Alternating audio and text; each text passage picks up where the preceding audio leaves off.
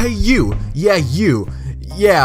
whoever I'm talking to, are you ready for some NBA recap? I'm catching up with some of the latest news here because I have not uploaded in about a week, so this is why I'm doing one whole episode of some of the recent news that came out of the NBA. How's it going, guys? Mr. Game Famer, and today we'll have another episode of Sports Talk. And in the last week, there's been so much big news in the NBA, and here we are going to talk about it. I mean by we, I mean by I, because I'm the only one here talking about it, and you're going to watch it, and hopefully you enjoy it. And if you're going to leave a mean comment, then, stop. So anyway, let's start off with the news that, it was the first piece of news that came out was the D'Angelo Russell trade.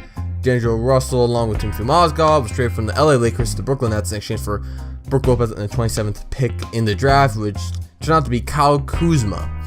And my thoughts are, I think it's a win-win for both sides, in my opinion. I think there's some things I like and some things I don't like. I think this is a good idea for Brooklyn. It is a shame. It's crazy how Brook Lopez has been on the Nets for years, and he wasn't really going to go anywhere.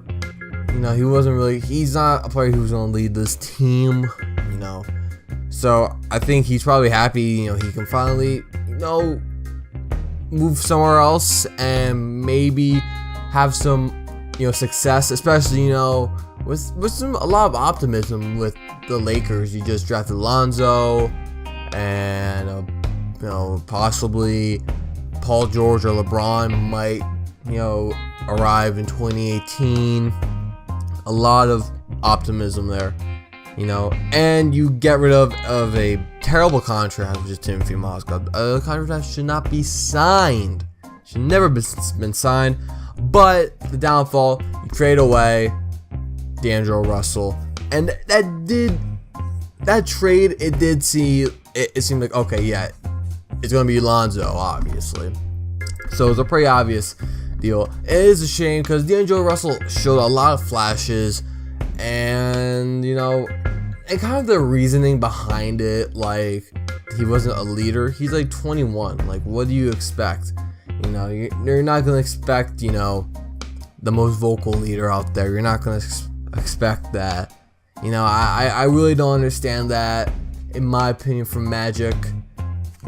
But you do acquire a good center. Well, probably one of the better centers in the league in Brook Lopez. Yes, an expensive contract, but at least you're not paying Timothy Mozgov another 3 years. At least you have Brook Lopez for a year, and then his contract expires. I guess you could say the downfall for the Nets that they take on that contract, but they have plenty of cap space. And when they're done with the Mozgov deal, they still have Russell, which they could build a team around, because I think he'd be a good player to build a team around. So I think it's a win-win on both sides. You don't get a lot of those, in trades, but I think it's a win-win. So I think it was a good deal. A little surprising, but I think it was a good deal. The next big news was the NBA draft. Obviously, it was a pretty big, day. A pretty deep draft, in my opinion. Marco Fultz went number 1. I think Philly is going to be a pretty tough team to break. I think this is going to be a good team, man. It's going to be a good team. LA, I think, is going in the right direction. Boston was a little confusing to me. In my opinion, I thought they were going to go Josh Jackson. There's a part of me that understands why. Unless I don't know anything about Jason Tatum's background, or if he's done anything a little sketchy, but I know Josh Jackson had a little off the court issues. Maybe he doesn't. The front management, the management team for the Celtics probably don't want any sketchy stuff to happen in the locker room, which could possibly tarnish the chemistry between all the players. But still, they still have a great trade, and they still picked a good player. In my opinion, I was a little shocked, and I thought Josh Jackson would be the better player, but Jason Tatum is a good player. But should they gone maybe with a point guard? Maybe they could have kept their pick from Markelle Fultz. Maybe they could have picked like a Dennis Smith Jr. or De'Aaron Fox. Possibly. Who knows? You know, it was a good night of drafts. A lot of trades. You know, a lot of picks. Malik Monk dropped to 11th for Charlotte. I'm trying to think. Oh, Frank Nicolita, he was drafted obviously by the Knicks, which we'll talk about a little later. You know, he was drafted 8th. I actually thought he was going to go 8th because I know for some reason I just thought Phil Jackson was going to go there. Just pick that player. That's what I thought. You know, and definitely, I don't know what else I'm missing. You know, actually, I was like, probably one of my more underrated players was Sindarius, the shooting guard from South Carolina. I forgot, Sindarius Threadwell. He had a good showing at the March Madness tournament. So it could be a lot of who knows? It could be a very exciting year. I think it'll be a really exciting year, in my opinion. And that's really all I could say about the draft. There's a lot of trades, which one of the trades, Jimmy Butler was traded from the Chicago Bulls to the Minnesota Timberwolves. So it was Butler and the 16th pick to Minnesota in exchange for Zach LaVine, Chris Dunn, and the 7th pick, which turned out to be Lauri Markkanen, and the 16th pick was Justin Patton. So I actually, initial thoughts, I thought it was a good return for Chicago.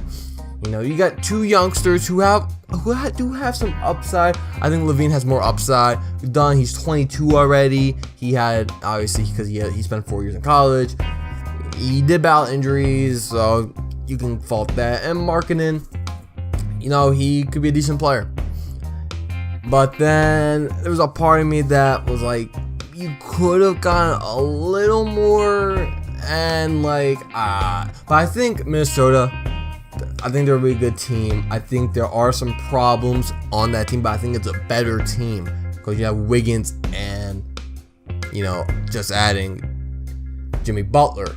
I think you have some problems at point guard. I don't think Ricky Rubio is, you know, he's a fantastic passer, but he doesn't have a jump shot, so that's simple. You know, I do think they're a better team right now with the inclusion of Butler. And Chicago, it's kind of like an unnecessary rebuild, in my opinion. I think it is a shame. You know, I think that franchise is a bit of a mess, in my opinion. I actually forgot. Butler is now reunited with Tom Thibodeau, so they have a nice little reunion, and maybe they will bring in Derrick Rose. I'm definitely not ruling that out. That's a possibility. Yeah, Chicago is very interesting. You know, I don't know where they're going. I think, yeah, who knows where they're going.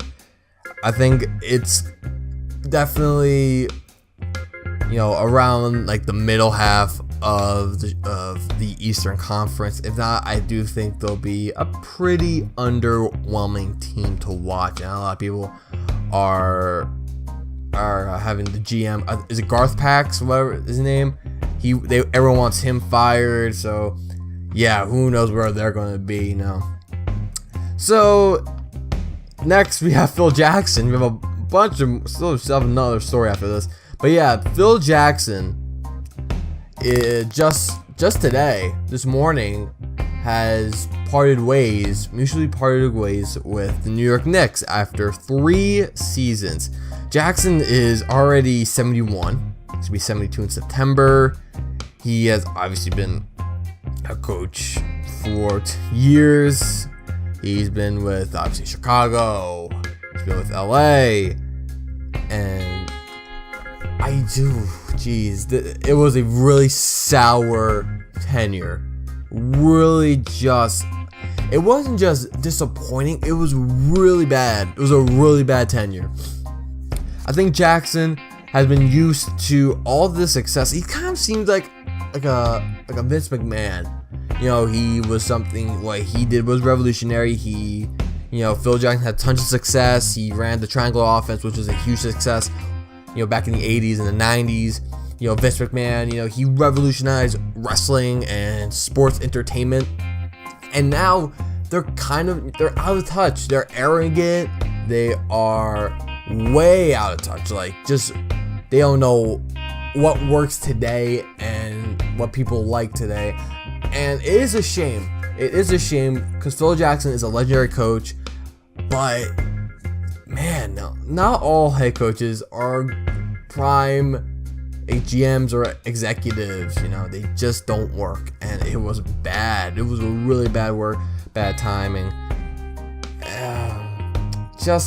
It is a little bit of a shame, but I think he kind of deserves it because how he treated Carmelo and trying to force him out of New York, which is, although I think maybe they should trade Carmelo in my opinion, but not in the manner how Phil did. How he did it was absolutely disgusting, terrible, just bad. And him trying to trade Porzingis, he should be the player that should be, you should be building a team around Porzingis. It's just mind-boggling because you have a rare talent of someone who can shoot, someone who's tall, someone who can run the court, someone who can dribble like Porzingis, and he can defend as well. You don't see that a lot from players like, you don't see a lot of players like that. And you landed really. It was a lucky bounce of the cards. It was very lucky. It was a lucky roll of the dice. That was the analogy I wanted to say, not the card one. That was terrible. Yeah, and him trying to run a triangle offense, it doesn't work. It does not work. He tried to shove it down coaches and the players' throats. There's a reason why people don't run it. It doesn't work anymore. It's plain simple. And yeah, that team's it's also a mess with bad contracts. At least Derrick Rose. I made a video about Derrick Rose last year, saying that I thought the trade was pretty lopsided, and it is still lopsided. He wasn't terrible, but it was like the B version of 2011 Derrick Rose. He lost a little bit of his shooting touch. He wasn't awful. He has a little off-court issue, him not showing up to a game. Joakim Noah contract is an absolute disaster. I think very soon they're gonna buy out that contract. There's no way he's staying for another 3 seasons. There's no way.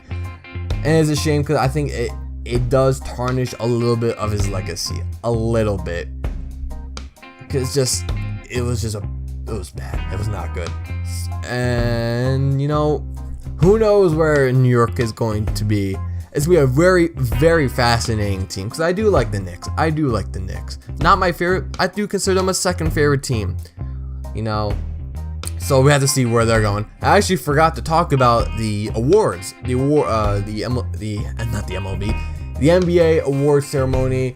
There was obviously, from the top of my head, Giannis won improved player. I think Mike D'Antoni won best coach. There's a big stub in Avery Bradley not going to the defensive all NBA defensive team. As much as I'm not a big fan of Boston sports, I think this is a bad move. I can't believe how he missed it. He's a great defender. Great. He's probably the league. He is the best, best defensive guard in the league. And you have players like Tony Allen that's really good defending and alright on the offensive side, but Avery Bradley had a great showing this year, and yeah, it is a shame. Just who knows who chose that team. And obviously, if I'm missing anything, who won Rookie of the Year?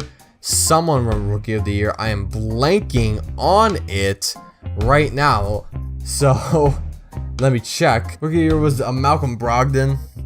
I thought it would have been Joel Embiid. He had an amazing year.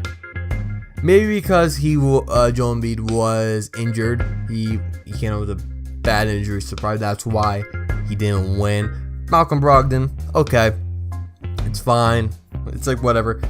Draymond Green won it again. Who cares? No one likes that guy.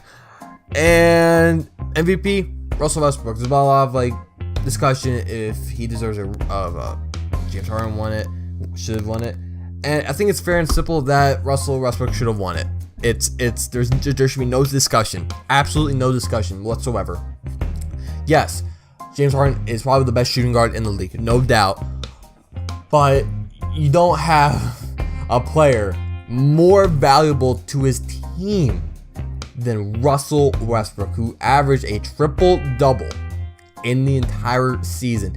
He was the one that dragged that OKC team to the playoffs, man. I know that Oladipo and Cantor, but he was the player who dragged that team to the playoffs. There is no question. If you want to rebuttal, if you want to discuss it in the comments, go right ahead. I do disagree with people saying Harden should have won. In my opinion, Westbrook should have won. It was a heartfelt speech what he gave. I think it was great. He definitely deserved it. Well done. Well earned. And last but not least, also came out today as well as Phil Jackson. Chris Paul was traded. Absolutely shocking. Chris Paul was traded to the Houston Rockets from the LA Clippers for Sam Dekker, Patrick Beverley, Lou Williams, DeAndre Liggins, Darren Hilliard, Kyle Whitcher, and Montrezl Harrell, and a 2018 first round pick. And I was shocked. I was shocked. I thought he was going to sign free agency. I didn't know that there was going to be a trade. I guess it's going to be a sign trade. That's crazy. I thought a lot of people thought he was going to San Antonio, and he's going to Houston. Wow. Him and Harden at the 1 and 2. It's going to be filthy, man. It's going to be filthy. Yeah, I guess the Clippers are going for a rebuild too, because they might lose Griffin as well to free agency, or maybe this was a way to free up cap space to sign, like Griffin. And if Griffin leaves, does that mean DeAndre Jordan will leave? And who knows, man. And I heard on Bleacher Report, I saw an update that Paul was not happy with Doc Rivers or even his son. Because I heard that, I think it was one of the pop-up notifications on my phone, and they said that he prevented Austin, his son, to be traded for Melo. If that's true, then I do understand.